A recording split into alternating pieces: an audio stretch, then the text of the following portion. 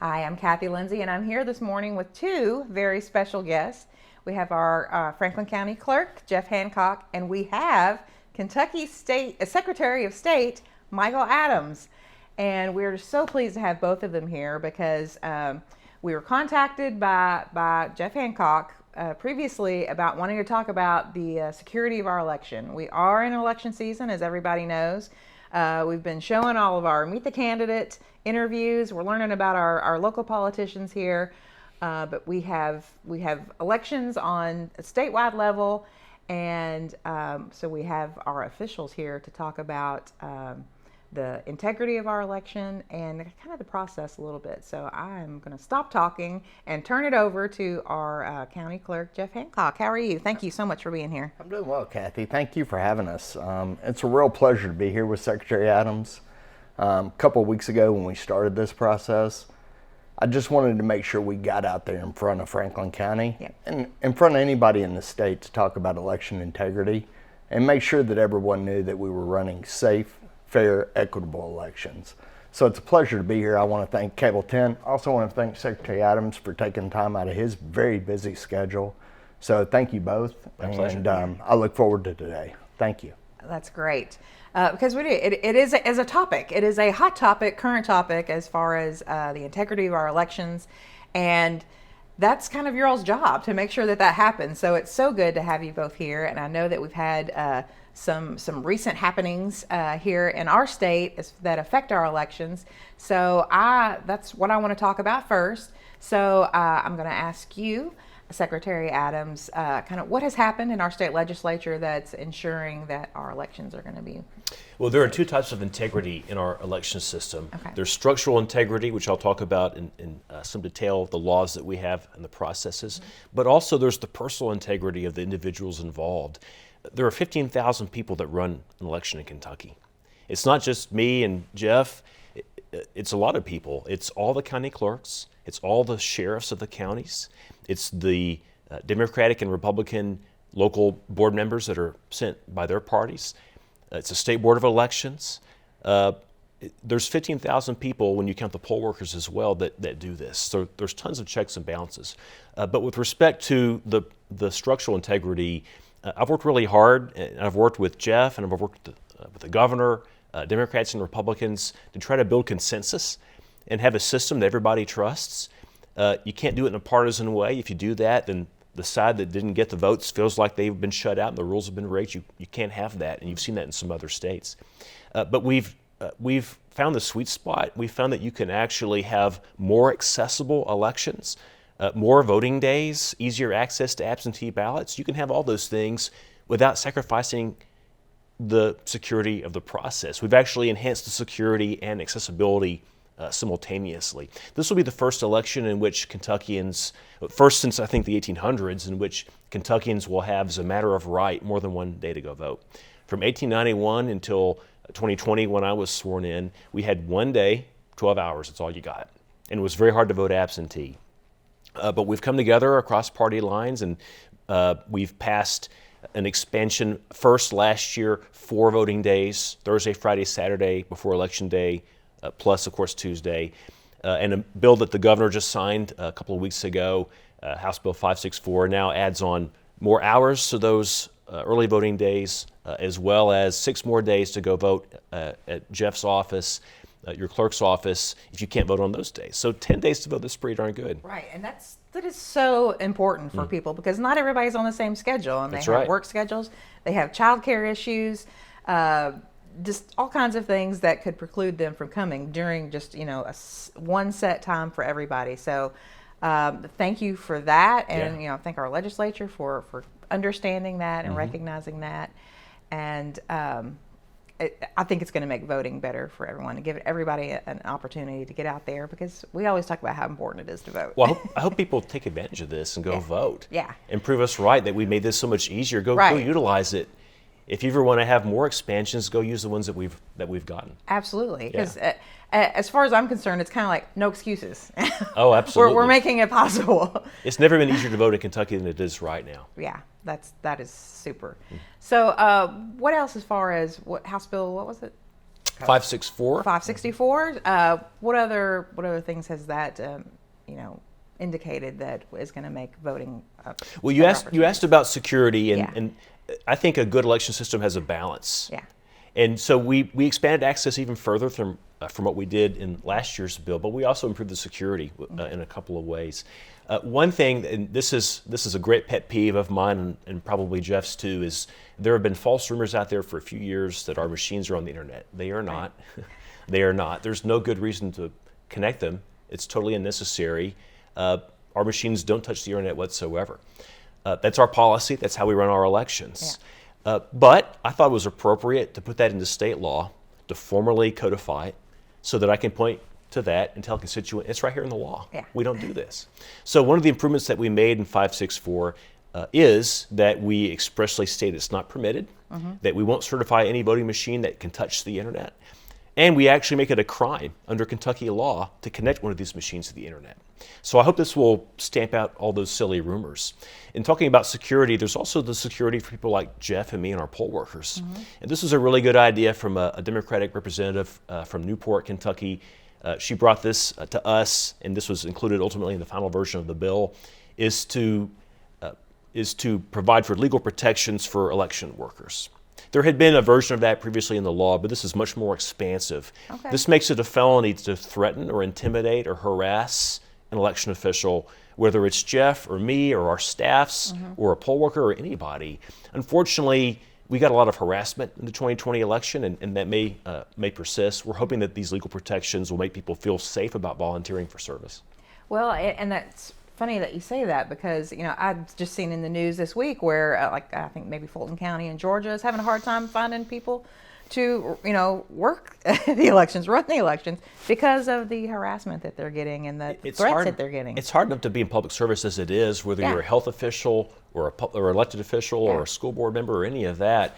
We kind of signed up for this, unfortunately, but my goodness, the poll workers, they're getting paid $100 or $200 to work a 12-hour day. Right. The least we can do is get their backs. Exactly. That's, again, great. Thank you. Jeff, as far as our local actions here, what are some things that you can tell our viewers about the security of our election that's going to be coming up May 17th? We were part of House Bill 564. That's Okay. one thing that I can honestly say that has happened. The KCCA, the Kentucky County Clerks Association, has been part, and they've been heard from the Secretary of State. They've been heard from the governor.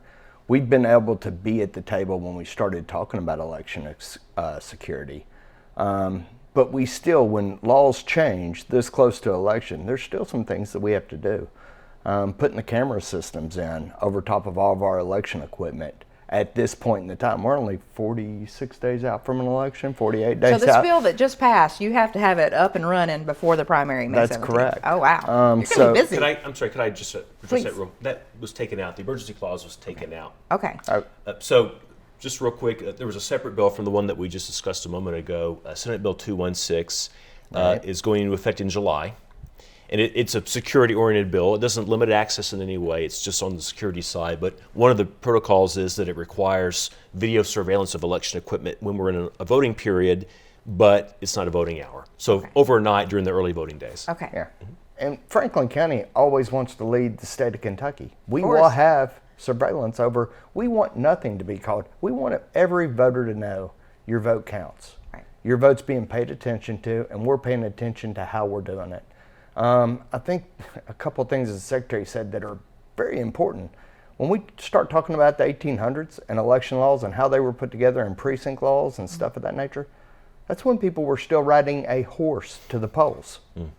We now have technology, we have Facebook, we have communication, we have all these tools that we're using at this point to make sure that the voter knows how to get out there, when they can get out there, and as the Secretary said, we're not talking about 12 hours anymore. We're talking about 4 days of unexcused, unencumbered. Anyone can go vote. And I want you to vote on the 12th, 13th, and 14th.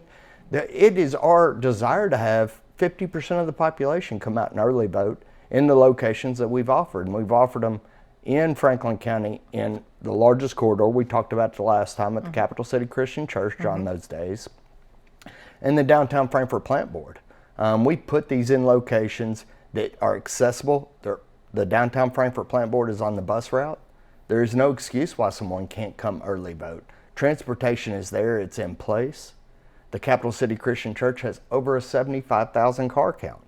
So we put locations and reasons for people to be able to get out there, make sure they can get to the voting centers, which will also be open. I think there's some people that are confused about that. Those voting centers will be open on election day. So if you're just completely confused and you're like, listen, I don't know where to vote, go to one of these 2 locations. We want you to vote. It's the most important part of my job. Yeah. We have many job titles, but Right. elections is one of the most important things that you can do as a citizen. Well, I had a follow-up question from the last time that we met because people watched and then they asked me questions about it. Okay. So, talking about our voting locations, Yes, ma'am. the question was, why can't I go vote where I've always voted? And why did they change, the multiple precincts? So, what's the reasoning We behind didn't that? take away the multiple precincts, Yeah. Kathy. What we Okay. did was offer more availability and handicap accessible buildings. Okay. We have to be fair to all of our citizens, Sure. regardless of how you get there. Yeah. We also have to realize this is not 1800. You are not riding your horse over to Schweitzer Ruritan Club, even though we are still going out there to have a rural precinct. Yeah. We don't need, at one point when I took over elections, if you dropped a dot on Franklin County High School, I had 14 locations in a mile. How much sense does that make? Yeah.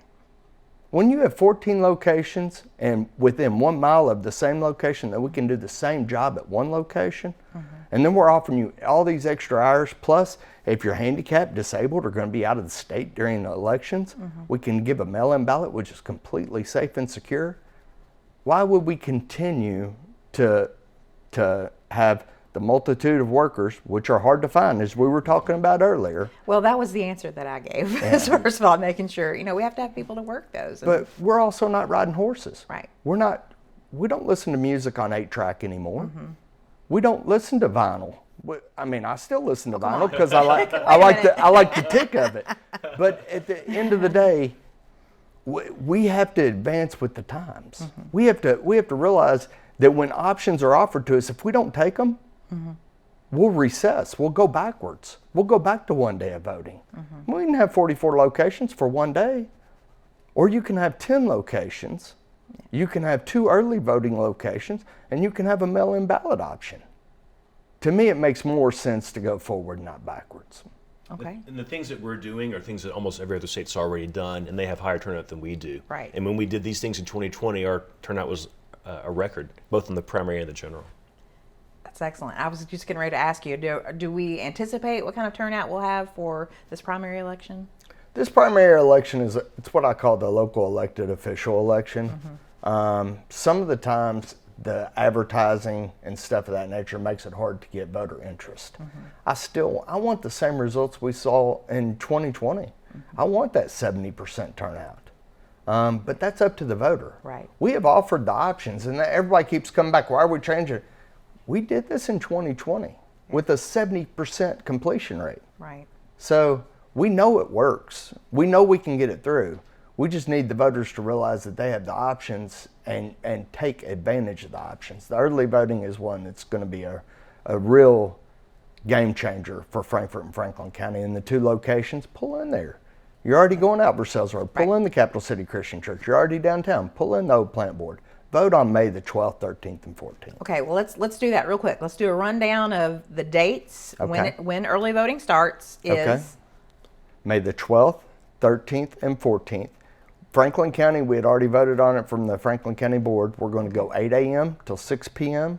on Thursday and Friday. Okay. And on Saturday, to pick up for the factory workers, we're going to go from 6 a.m. till 2 p.m. Okay, so on those 3 days, where can people go to vote? Capital City Christian Church Okay. and the Frankfort Plant Board. Okay. If Nope. you're The old old Frankfort Plant Plant Board, Board. excuse me. Yes. Down on 2nd Street. Next to the mayor's office, Yes. City Hall. Yeah, next to City Hall. Okay. And if you're elderly, if you're out of county, if you're out of state on election day, you can order a mail-in ballot from now until May the 3rd. I suggest you do it today. If you know you need a ballot, Yep. and you're going to be out of town, order the ballot today. It's a very safe, secure system. Okay. And then beyond those dates, May 17th. May 17th. Yep. Where do people go? 10 locations. Okay. Those 2 locations Okay. will be open. Okay. And then your 6 magisterial districts. Yes. And your magisterial districts, we have a map that we've shared with you all in the last time. I don't have it right in front of me. We're going to get into that on our next on our next visit. And then we have 2 rural locations. Okay. Which are Ball Knob, and we're going to the Ball Knob Fire Station. Yep. We're going to the Schweitzer Ruritan Club. Okay. That's going to pick up, but those are location precincts. So we're only going to pick up Ball Knob and St. John's in that one. We're going to pick up Schweitzer and Peaks Mill. Doesn't mean you can't come down and still vote at the Peaks Mill school if you're a Peaks Mill resident. It just means you have the option of 2 locations. Okay. Ball Knob is the same. Ball Knob will be at West Ridge Elementary. Okay. So if you choose to vote at Ball Knob, you can. But if Okay. you choose to come into your magisterial district, which is West Ridge, Okay. you'll be able to do that as well. All right. The other locations are Collins Lane Elementary. You also have Collins Lane Elementary, Western Hills High School, West Ridge on the west side of town. On the east side, you have Franklin County High School, Hearn Elementary, Capital City Christian Church, and I'm missing one. Okay. Well, we'll have a graphic of everything. Right. And there is a website, and we have a QR code that I'm sure we're going to be showing again, that will lead you to all information that the county clerk is putting out about our election on May 17th. So is there anything else we need to cover before we get out of here? I'll leave you with this. Okay. It has never been easier to vote in Kentucky than it is now, and it's never been more secure to vote in Kentucky than it is now. 15,000 people work very, very hard for low pay to volunteer of themselves to make this process fair and legitimate and accepted by both sides. And I'm really proud that Kentucky, unlike some states, has really been progressive on this front in a bipartisan fashion. And my hope is that the voters take advantage of this. Mine too. Yeah. And we say it all the time. Get informed and go vote. So we appreciate your all's time here today, and I look forward to us getting together again, Jeff, to go into a little more detail. We're going to talk about the portal and ways that people can find out more about where they can go vote and how it works. So thank you so much. And again, this is all leading up to May 17th, everybody. So get informed and go vote.